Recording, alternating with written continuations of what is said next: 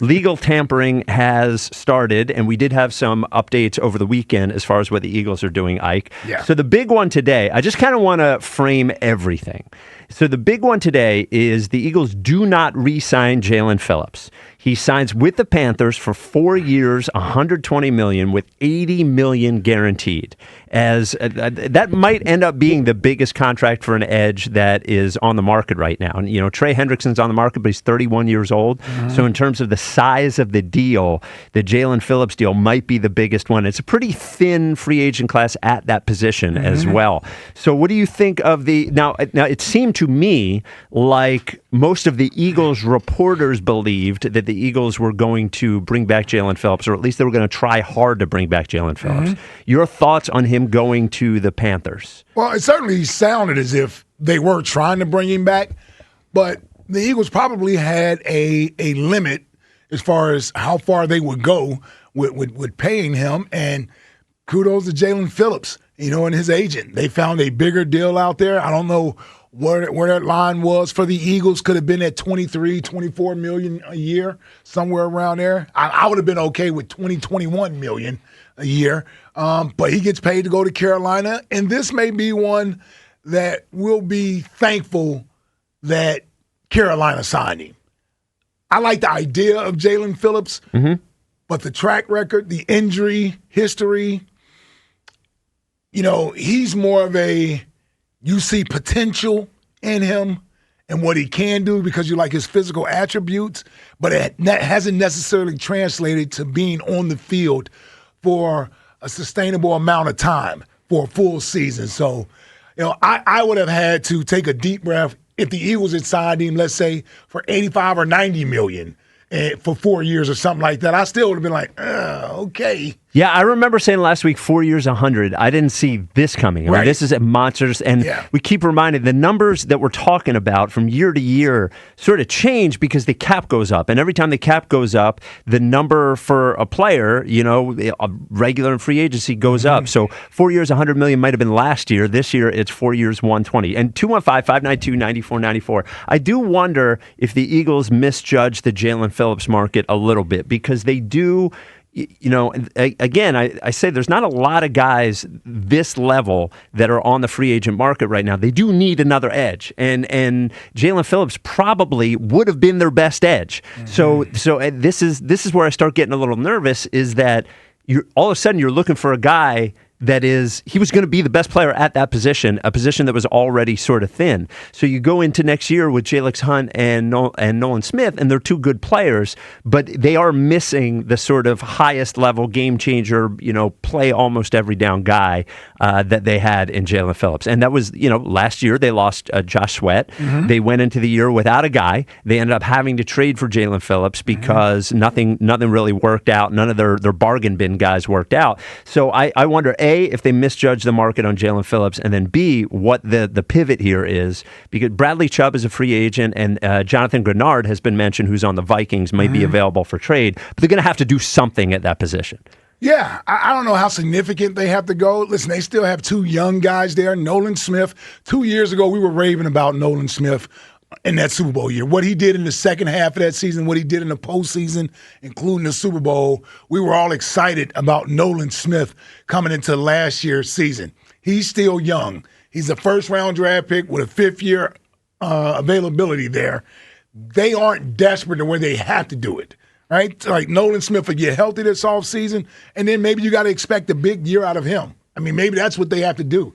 You know, I don't know. It's going to put pressure on if they weren't willing to do whatever it took to make sure Jalen Phillips came back, then they must feel okay with the alternative that's going to be there. Yes. I mean, that's all I can say. Yeah. I'm not sure who or what that's going to look like. I love Jalen Hunt, but it really falls back on Nolan Smith. Well, and the concerns you had about Jalen Phillips being healthy, you could take that to Nolan Smith. Except he's cheaper. He's cheaper, and his injuries haven't been as significant, I would say, or as catastrophic as Jalen Phillips are. So then the thing that also happened today that affects the Eagles, even though it's not an Eagles signing, is Alec Pierce, who I didn't even know existed 4 days ago, a wide receiver on the Colts, signs for 4 years, $114 million for the Colts. I think 87 million of it is guaranteed, and that goes directly to the AJ thing, right? Because that is a wide receiver that is off the market that the Patriots cannot go ahead and sign. Now, Romeo Dobbs still out there, Mike Evans still out there, but every wide receiver that signs that doesn't go to the Patriots strengthens the Eagles' position with the Patriots for the AJ Brown trade as well. Yeah, and I mean, listen, the Eagles, if you're looking for a big return or something that satisfies you for AJ from New England, this certainly helps your case. I mean, you just mentioned it. The more receivers that don't sign with the New England Patriots after they've already released or plan to release Stephon Diggs, I don't know if they released him already or not, Stephon Diggs, they need a receiver. Yep. And for a team that was just in the Super Bowl, I don't think you take a step back.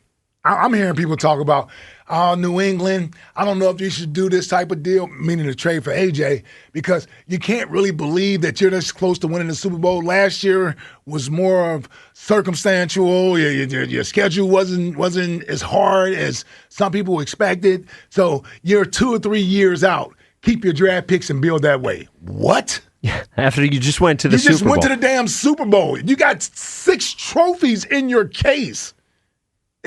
This is the New England Patriots. You don't take a step back. You go get the guy that puts you over the hump. Well, also, when you have the quarterback under the rookie deal, that's the other part That's of it. when you go for it. Yes. That's when you can spend money. Yep. Because as soon as they have to pay Drake May, everything becomes a lot more difficult than it is right now. So, we heard some stuff over the weekend about the Eagles potentially having trouble, waiting until after June 1st because the cap hit, they can spread it out rather than it just being this year, and that Howie had numerous different plans that he was thinking about between pre and post June 1st. Howie trying to cook. Yeah, well, it's and the cap thing.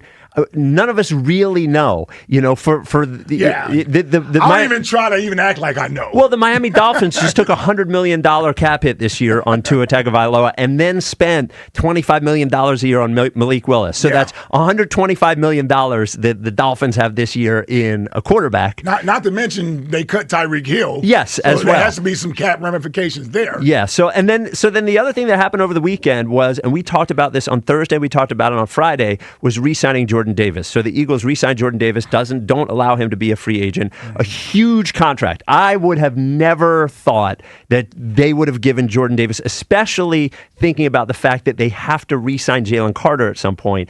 Jordan Davis, 3 years, $78 million, $65 million guaranteed. That is a monster number. And I just the Eagles have always paid one of their tackles and not paid the other tackle, right? It's always been one guy gets paid, the other one doesn't.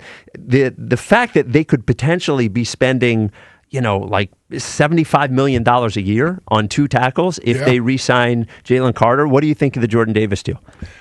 I thought it was great for Jordan Davis. I mean, you reward a kid coming off his best year, should have been a Pro Bowler this year. Right there with Quinyon and Cooper DeJean, was probably the best defensive player on the team this year. When you talk about making game-changing plays, can't forget about Jalen Hunt either. He's right there in that group with those guys. So I was happy to see that. I was surprised about the amount, just as you were, and I'm sure a lot of people were, because you're right. You put that much money into Jordan Davis, what the hell is Jalen Carter going to get? When we started doing all the math about the defense, it never included $27 million a year for Jordan Davis. I agree. So I wonder what that says. And also through the weekend, all the Jalen Carter rumors out there. That they were taking calls. And all that type of stuff. The Eagles certainly have a plan here. They got 2 great young players in the interior part of this defense that could be the anchors of this defense for the next 5 to 8 years. Yeah, Jalen Carter's supposed to reset the market. Yep. Right? So he's looking to get close to $40 million, $35 million a year. Yep. As a D tackle. I think I heard that Chris Jones, Kansas City, is making 31 or 32. He's the highest.